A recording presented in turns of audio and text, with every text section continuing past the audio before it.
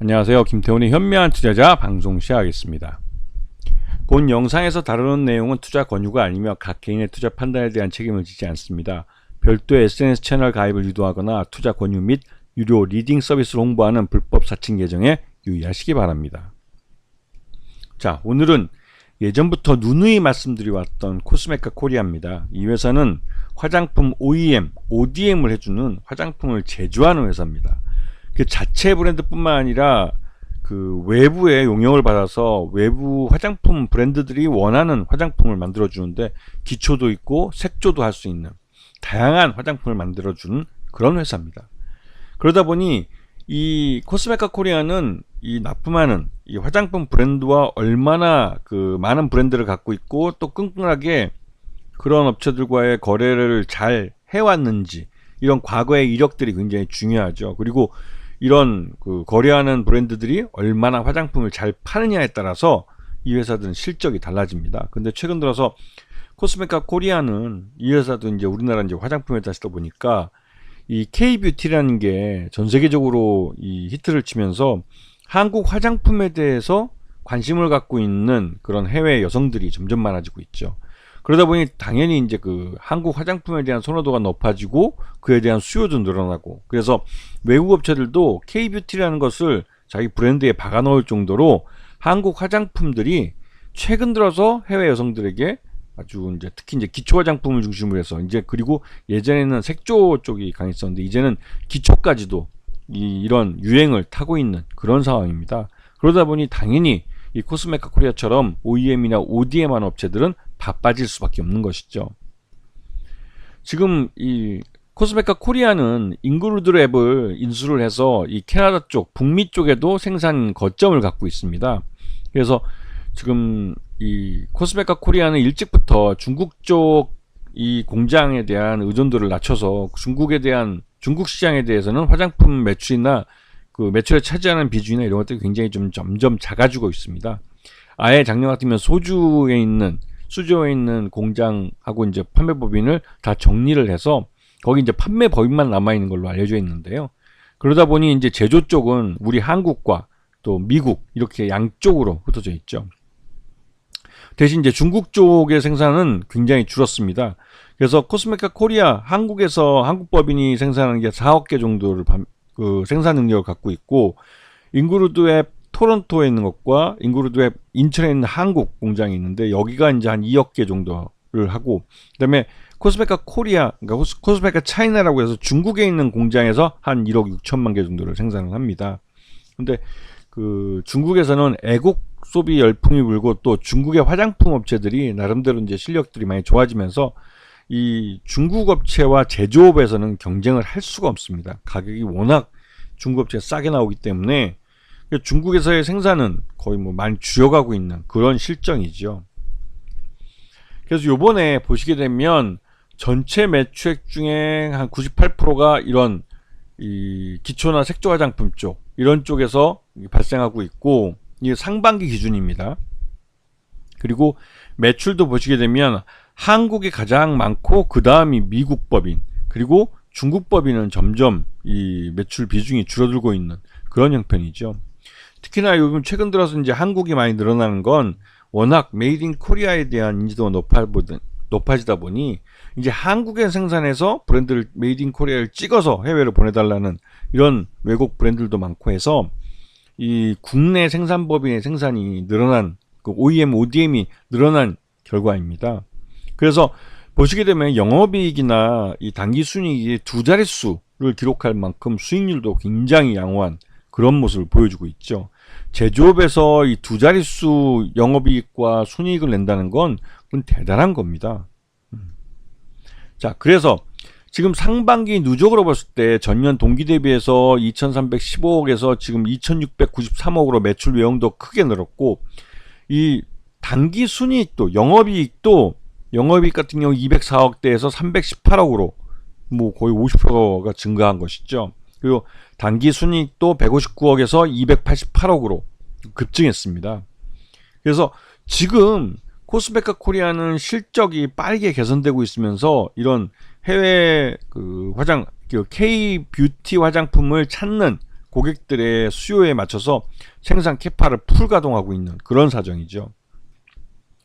그리고 지금 최대주 쪽은 박은희 이분이 이제 최대주 본인이고 조임래 회장이 이제 그 2대 주주로 있는데, 지금 여기서 보시게 되면 두 분 다 연세가 꽤 나가십니다. 보시면 코스메카 이제 경영권 승계 가능성이 이제 제기되고 있는 건 이제 뒤에 다시 한번 좀 설명을 하겠습니다. 그리고 코스메카 코리아 보시게 되면 미국 쪽은 그 잉그루드 랩과 잉그루드 랩 코리아라고 해가지고 이 북미에도 생산 공장이 있고, 이 우리나라 잉그루드 랩이라는 그 별도 코스닥 자회사인데요. 여기는 이제 인천에도 생산 공장을 갖고 있습니다. 그리고 이 점점 코스메카 차이나는 점점 줄여가고 있는 상황이고요. 그다음에 이 코스메카 코리아 쪽에서 전체 매출액의 거의 한 4억 개 정도를 생산하고 있기 때문에 거의 많은 부분을 차지하고 있죠. 그리고 아까 앞에서 말씀드렸던 이 지금 조임래 회장 같은 경우는 이 지금 연세가 1953년생이십니다. 그리고 부인 되시는 박은희 여사 지금 최대주신데 이분이 1957년생이시고, 두 분 다 연세가 꽤 되시죠. 당연히 이제 이 그 경영권 승계에 대해서 생각을 해야 될 때고, 특히 이제 지금 아드님이 여기서 이제 81년생이신데 이분이 경영 수업을 받고 있습니다. 그래서 그 경영 수업을 받으면서 이 차근차근 뭐 하고 있어서 이쪽으로 경영권 승계를 위한 주식 증여가 이루어질 가능성이 높다는 점을 이제 알고 계셔야 되죠. 왜냐면 주식 증여가 일어날 때는 주가가 높을 때가 아니라 주가가 낮을 때입니다. 특히나 이제 지금처럼 코스메카 코리아가 지금 연일 신고가를 하고 있는 이런 때는 이 경영권 승계를 하기에는 이 오너일가가 부담하는 증여세도 그렇고, 나중에 이제 그 상속세도 그렇고 그 부담이 클 수밖에 없는 거죠.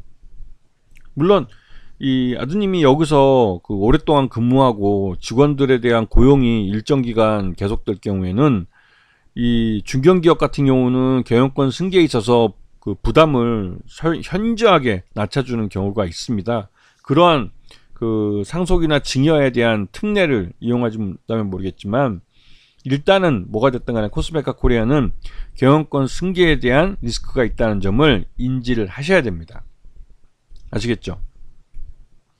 그리고 지금 국민연금 같은 경우도 이제 이 코스메카 코리아가 코스닥에서 거래소로 옮겨가기 때문에 이 코스닥이 펀드가 갖고 있던 것들을 고스란히 이 거래소 펀드 쪽에서 넘겨받은 그런 양상입니다. 그래서 10.02%가 새로 늘어난 걸로 알려져 있는데, 그만큼 국민연금이 이 거래소 쪽에서 투자하는 그 이 파이가 크기 때문에 이 코스메카 코리아에 대한 매수도 더 커진 그런 느낌입니다.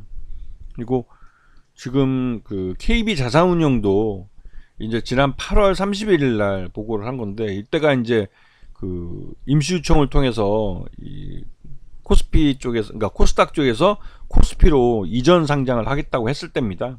그래서 그에 대한 지분이 이제 5.24%에서 5.95%로 소폭 늘어난 걸 확인할 수가 있죠. 그리고 요번에 이제 임시유청에서 이 코스닥 시장 조건부 상장 폐지 및 유가증권 시장 이전 상장 승인의 건, 이게 이제 요번에 통과가 됐습니다. 그래서 조만간 이제 코스피 시장으로 이전을 하게 되죠. 그렇게 되면 코스메카 코리아를 매수하는 이 매수자들이 훨씬 더 투자들이 늘어나게 됩니다. 그렇기 때문에 그런 부분들이 주가에 꾸준히 반영되면서 지금 주가를 꾸준히 끌어올리고 있죠. 이렇게 코스메카 주가가 오르는 것은 실적도 뒷받침되고 있기 때문에 이렇게 오르고 있는데요.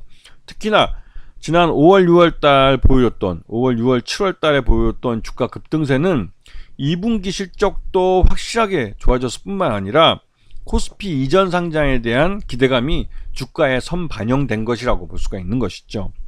그리고 2분기 실적만 놓고 봤을 때는 한 16만원 정도 기업 가치가 나오기 때문에 이러한 부분을 주가에 반영하고 있는 모습입니다. 특히나 이게 코스피로 이전했을 때 과연 이 기존에 생각했던 것만큼 그 기존 코스닥보다 매수세가 더 들어온다면 주가를 더 끌어올릴 수 있는 가능성도 있습니다. 그래서 이런 부분들을 잘 유심히 보셔야 되고, 특히나 이제 실적이 단순히 국내 경기 침체 때문에 국내 화장품이 안 팔린다고 해서 이 코스메카 코리아의 실적이 뭐 나빠지거나 이런 게 아니라, 이 업체는 그 OEM과 ODM을 해주는 업체이기 때문에 해외의 유수 브랜드들이 메이드 인 코리아로 화장품을 만들어 달라고 요청을 해서 거기에 응하면서 위탁 생산을 해주면서 이렇게 지금 실적이 꾸준히 증가하고 있는 그런 모습입니다.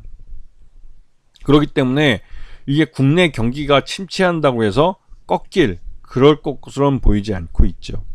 이게 이제 그 국내 K-뷰티에 대한 글로벌 사람들의 이제 인식이 바뀌면서 변화된 양상이고, 가장 큰 수혜를 코스메카 코리아가 보고 있는 겁니다. 아시겠죠? 자, 오늘 방송 여기서 마치겠습니다. 감사합니다.